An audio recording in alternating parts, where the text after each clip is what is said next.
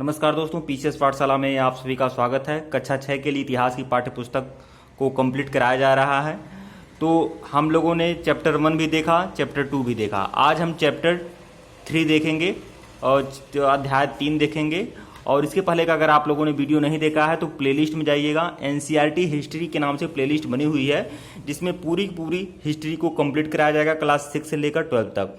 तो NCERT history के नाम से प्लेलिस्ट बनी हुई है, आप लोग जाकर चेक कर सकते हैं। पूरी हिस्ट्री क्लास 6 से लेकर 12 तक कंप्लीट कराया जाएगा। तो देखिए दोस्तों, हम जो भी कंप्लीट कराते हैं वह टेस्ट सीरीज के माध्यम से ही मैं पूरा का पूरा चैप्टर कंप्लीट कराता हूँ। यही अपना फंडा है कि हम पूरी टेस्ट सीरीज को पूरी जो पूरा का पूरा जो अध्याय है, पूरी एनसीईआरटी है, वह मैं टेस्ट सीरीज के माध्यम से आपका कंप्लीट कराता हूं। तो हम लोगों ने क्या, कब, कहां और कैसे, मतलब अध्याय 1 को कंप्लीट कर लिया है। आखेट खाद्य संग्रह से भोजन उत्पादन तक यह भी कंप्लीट कर लिया है। आज है अध्याय 3 आरंभिक नगर। तो अध्याय 3 आरंभिक नगर को देखते हैं और आज हम इसको कंप्लीट करते हैं। तो देखिए, यही है अध्याय 3 आरंभिक नगर। अध्याय 3 आरंभिक नगर। तो अगर आप लोग इस बुक को परचेज करना चाहते हैं तो डिस्क्रिप्शन में लिंक है। आप लोग पूरी एनसीईआरटी की बुक को, जिस भी बुक को परचेज करना चाहते हैं, बहुत ही कम कीमत पर आप लोग परचेज कर सकते हैं। इस बुक को भी परचेज कर सकते हैं। और डिस्क्रिप्शन में टेलीग्राम का लिंक है, टेलीग्राम को ज्वाइन कर लेंगे तो एनसीईआरटी की हर पुस्तक का पीडीएफ आप लोग को टेलीग्राम में मिल जाएगा। तो टेलीग्राम को बिल्कुल ज्वाइन कर लीजिएगा और सबका पीडीएफ आप लोग को टेलीग्राम में मिल जाएगा। तो यह जो है अध्याय 3 आरंभिक नगर, तो आज हम इसी को देखते हैं। और यह जो भी लेसन है, यह अध्याय 3 आरंभिक नगर, इसको हम टेस्ट सीरीज के माध्यम से पूरा का पूरा अध्याय कंप्लीट करते हैं। अगर पूरी टेस्ट सीरीज आप फॉलो करेंगे तो यह पूरा अध्याय 3 आपका कंप्लीट हो जाएगा। तो आइए हम अध्याय 3 की टेस्ट सीरीज देखते हैं, आरंभिक नगर। और टेलीग्राम को जरूर ज्वाइन कर लीजिएगा, डिस्क्रिप्शन में लिंक दिया गया है। तो देखिए दोस्तों, यह है क्लास 6 का एनसीईआरटी हिस्ट्री का अध्याय 3 आरंभिक नगर। आरंभिक नगर की यह पूरी टेस्ट सीरीज है। और इस टेस्ट सीरीज में पूरा का पूरा अध्याय 3 आरंभिक नगर आपका कंप्लीट हो जाएगा। तो देखिए, पहला प्रश्न है, निम्नलिखित में से सबसे पहले किस जंगली जानवर को पालतू बनाया गया था? गाय, बकरी, कुत्ता या बैल? तो किस जंगली जानवर को सबसे पहले पालतू बनाया गया था? तो वह जानवर था कुत्ता, मतलब विकल्प सी।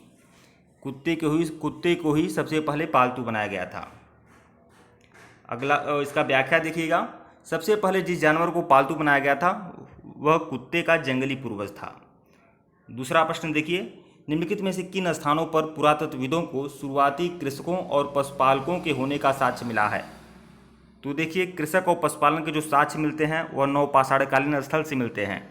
तो यही पूछ रहा है कि किस स्थान पर पुरातत्वविदों को शुरुआती कृषकों और पशुपालकों के होने का साक्ष्य मिला है? तो पय्यमपल्ली, हुल्लूर, महागड़ा, गुफकराल और बुर्जहोम। तो देखिए, इन 5 जगहों से कृषि और पशुपालन के साक्ष्य मिले हैं, 5 जगहों से। तो यह एक सही उत्तर का चयन करना है। तो 1 2 3 4 5 सब होगा, मतलब विकल्प डी। अगला प्रश्न देखिएगा, इसकी व्याख्या देखिए। उपरोक्त सभी स्थान नवपाषाणकालीन पुरा स्थल हैं। इन सभी स्थानों से शुरुआती कृषकों और पशुपालकों के साक्ष्य प्रकट हुए हैं। प्रश्न 3 देखिएगा, निम्नलिखित स्थानों में से कौन सा पुरा स्थल कृषि व पशुपालक से संबंध नहीं रखता है? तो वह कौन सा स्थान है जो कृषि व पशुपालन से संबंध नहीं रखता है?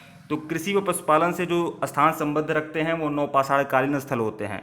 तो देखिए, इसमें कुरनूल जो है यह पूरा पाषाणकालीन स्थल है, यही कृषि व पशुपालन से संबंध नहीं रखता है। तो केवल एक होगा, केवल कुरनूल। विकल्प केवल एक, मतलब विकल्प ए जो है वह सही है। इसकी व्याख्या देखिए। कुरनूल आंध्र प्रदेश में स्थित एक पूरा पाषाणकालीन स्थल है। इस काल में मनुष्य कृषक व पशुपालक नहीं था। अन्य सभी पूरा स्थल नवपाषाणकालीन स्थल हैं। इस काल में मनुष्य कृषि और पशुपालक बन गया था। यह स्थान कृषकों और पशुपालकों की बस्तियां थीं। बाकी जो भी स्थान है वो कृषि व पशुपालक होने का प्रमाण है। चाहे आपका मेहरगढ़ हो, कुलडीहवा हो, चिराद हो, दाउजली हिंडिंग हो, ये सभी नवपाषाणकालीन स्थल हैं और ये सभी कृषि व पशुपालन के लिए जाने जाते हैं। लेकिन कुरनूल जो है यह पूरा पाषाणकालीन स्थल है। अगला प्रश्न देखिए, पुरातत्वविदों को कुछ पुरास्थलों पर झोपड़ियों और घरों के निशान मिले हैं। बुर्जहोम पुरास्थल से प्राप्त ऐसे साक्ष्यों के संदर्भ में निम्नलिखित कथनों पर विचार करिए। तो यहाँ के लोग गड्ढे के नीचे घर बनाते थे। इन घरों को गर्तावास कहा जाता था। बुर्जहोम जो है जम्मू कश्मीर में है, उसके बारे में कह रहा है। यहाँ के लोग गड्ढे के नीचे घर बनाते थे, उन घरों को गर्तावास कहा जाता है, तो यह तो सही है। दूसरा, यहाँ से झोपड़ियों के अंदर या बाहर दोनों स्थानों पर आग जलाने की जगह मिली है, यह भी सही है। तो यही कह रहा है कौन सा कथन सही है, तो 1 और 2 दोनों सही है, 1 और 2 दोनों सही है, मतलब विकल्प सी जो है वह सही है। इसकी व्याख्या देखिए, ऊपरी तो दोनों कथन सही है। बुर्जहोम वर्तमान कश्मीर में अवस्थित है। यहाँ के लोग गड्ढे के नीचे घर बनाते थे, इन घरों को गर्तावास कहा जाता है। इनमें नीचे उतरने के लिए सीढ़ियाँ होती थीं, इससे उन्हें ठंड से सुरक्षा मिलती थी। झोपड़ियों के अंदर या बाहर आग जलाने की जगहें थीं, इससे ऐसा लगता है कि लोग मौसम के अनुसार घर के अंदर या बाहर खाना पकाते होंगे। अगला प्रश्न देखिए, नवपाषाण कालीन युग के संदर्भ में निम्नलिखित कथनों में से कौन सा कथन सही नहीं है। नवपाषाण युग के बारे में कौन सा कथन सही नहीं है, ये पूछ रहा है। तो देखिए, इस काल में पूरा पाषाणिक औजारों का प्रयोग और निर्माण पूर्णतः बंद हो गया था। तो देखिए, यही जो कथन है यही सही नहीं है कि इस काल में पूरा पाषाणिक औजारों का प्रयोग और निर्माण पूर्णतः बंद हो गया था, यही सही नहीं है, बाकी सब सही है। इस काल में औजारों की धार को अधिक पैना करने के लिए उन पर पालिश चढ़ाई जाती थी, तो ये सही है। फिर देखिए, इस युग में वनस्पतियों व अन्य चीज़ों को पीसने के लिए ओखली व मूसल का प्रयोग होने लगा था, यह भी सही है। इस युग में मिट्टी के बर्तनों पर अलंकरण आरंभ हो गया था, यह भी सही है। एक बात आप लोग को बता दूं, यह जो भी कुछ मैं आपको टेस्ट सीरीज दे रहा हूं, चैप्टर वाइज पूरी टेस्ट सीरीज दे रहा हूं, यह PDF आप लोग को टेलीग्राम में मिल जाएगा, तो टेलीग्राम बिल्कुल ज्वाइन करिएगा। इसकी व्याख्या देखिएगा, नवपाषाण युग से प्राप्त उपकरण पूरा पाषाण से युग से भिन्न थे, इसी कारण इस युग को नवपाषाण युग कहा जाता है। इनमें से कुछ औजारों में धार को अधिक पैना करने के लिए पालिश होती थी, कुछ औजार हड्डियों से भी बनाए जाते थे। इस काल में पूरा पाषाणिक औजारों का निर्माण और प्रयोग भी होता था, अतः कथन एक गलत है। चीज़ों को पीसने के लिए ओखली व मूसल का प्रयोग इस काल में किया जाता था, जो हजारों सालों बाद भी प्रयोग में लाए जाते हैं।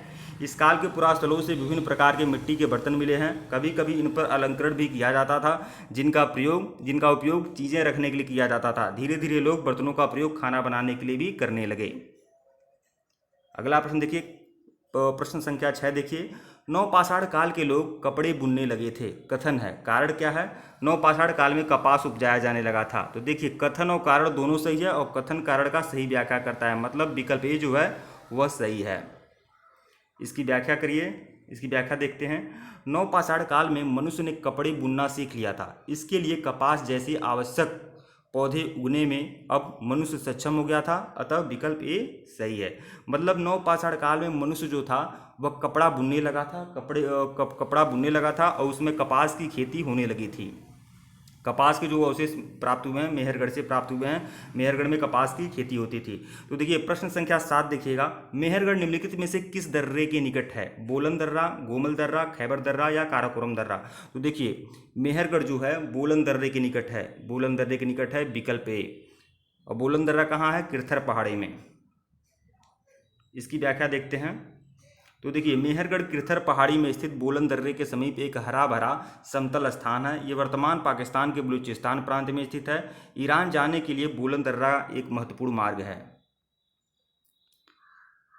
प्रश्न संख्या 8 देखिए, मेहरगढ़ से प्राप्त कब्रों में मृतक के साथ कुछ सामान भी रखा जाता था। मेहरगढ़ के लोगों का मानना था कि मृत्यु के बाद भी जीवन है। तो देखिए, कथन है कि मेहरगढ़ से प्राप्त कब्रों में मृतक के साथ कुछ सामान रखा जाता था, यह सही है। कारण क्या है, मेहरगढ़ के लोगों का मानना था कि मृत्यु के बाद भी जीवन होता है। तो देखिए, कथन और कारण दोनों सही है, और कारण कथन की सही स्पष्टीकरण है, मतलब विकल्प ए जो है वह बिल्कुल सही है, विकल्प ए। इसकी व्याख्या देखिएगा, मृत्यु के बाद सामान्यतया मृतक के सगे संबंधी उनके प्रति सम्मान जताते थे, और लोगों की आस्था थी कि मृत्यु के बाद भी जीवन होता है, इसलिए कब्रों में मृतक के साथ कुछ सामान भी रखा जाता था। मेहरगढ़ से ऐसी कब्रें मिली हैं, और मेहरगढ़ से इस तरह की कब्रें मिली हैं। तो यह सभी व्याख्या दिया हुआ है, और PDF आप लोग को टेलीग्राम में मिल जाएगा। PDF जरूर आप लोग ले लीजिएगा, टेलीग्राम को ज्वाइन कर लीजिएगा। प्रश्न संख्या 9 देखिए, मेहरगढ़ से प्राप्त एक कब्र में निम्नलिखित में से किस पालतू को मृतक के साथ दफनाया गया है। मतलब मेहरगढ़ से एक कब्र मिला हुआ है जिसमें एक पालतू जानवर को दफनाया गया है, वह कौन जानवर है, बकरी, कुत्ता, भेड़, मुर्गी। तो वह जानवर है बकरी, बकरी को दफनाया गया है, विकल्प ए, बकरी को दफनाया गया है। इसकी व्याख्या देखिए, मेहरगढ़ से प्राप्त एक कब्र में एक मृतक के साथ एक बकरी को भी दफनाया गया था। यहाँ के लोगों की आस्था थी कि मृत्यु के बाद भी जीवन होता है। संभवतः इसे परलोक में मृतक के खाने के लिए रखा गया था। मतलब मेहरगढ़ के जो लोग थे वह पारलौकिक जीवन में विश्वास करते थे। यह मानते थे कि मृत्यु के बाद भी जीवन होता है, इसलिए कब्र में मृतक के साथ एक बकरी को दफनाया गया था मेहरगढ़ में। प्रश्न संख्या 10 देखिए, निम्नलिखित पुरास्थलों में से कौन सा एक ब्रह्मपुत्र की घाटी की एक पहाड़ी पर स्थित है? मेहरगढ़, हुल्लूर, गुफकराल या दाऊजली हेडिंग। तो देखिए दाऊजली हेडिंग जो है यह नवपाषाणकालीन स्थल है जो ब्रह्मपुत्र की घाटी की पहाड़ी पर स्थित है। दाऊजली हेडिंग, इसकी व्याख्या देखिए। दाऊजली हेडिंग चीन और म्यांमार की ओर से जाने वाले रास्ते में ब्रह्मपुत्र की घाटी की पहाड़ी पर है। यहाँ से काष्ठास्म के औजार और बर्तन प्राप्त हुए हैं। काष्ठास्म उस अति प्राचीन लकड़ी को कहते हैं जो सख्त होकर पत्थर बन गई हो। यहाँ से मूसल और खरल जैसे उपकरण प्राप्त हुए हैं, जिससे पता चलता है कि यहाँ के लोग भोजन के लिए अनाज उगाते थे। दाऊजली हेडिंग से जेडाइट पत्थर भी प्राप्त हुआ है। पुरातत्वविदों का मानना है कि संभवतः यह पत्थर चीन से आया होगा। तो यह सब सारी व्याख्या है, अच्छे से देख लीजिएगा। तो देखिए इस तरह से आपका अध्याय 3 आरंभिक नगर का पूरी टेस्ट सीरीज के माध्यम से आपका कंप्लीट हो गया। और इसके पहले का अगर आप लोगों ने वीडियो नहीं देखा है तो प्लेलिस्ट में जाइएगा। एनसीईआरटी हिस्ट्री के नाम से प्लेलिस्ट बनी हुई है, जिसमें सारी एनसीईआरटी क्लास 6 से लेकर 12 तक कंप्लीट किया गया है। वीडियो को लाइक और चैनल को सब्सक्राइब करें। डिस्क्रिप्शन में लिंक है टेलीग्राम का, टेलीग्राम को बिल्कुल ज्वाइन कर लीजिएगा, क्योंकि यह सारे PDF आप लोग को टेलीग्राम में मिल जाएंगे और भी बहुत सारे मटेरियल मिलेंगे टेलीग्राम पे। तो टेलीग्राम को बिल्कुल ज्वाइन करिएगा दोस्तों। धन्यवाद आप लोग को।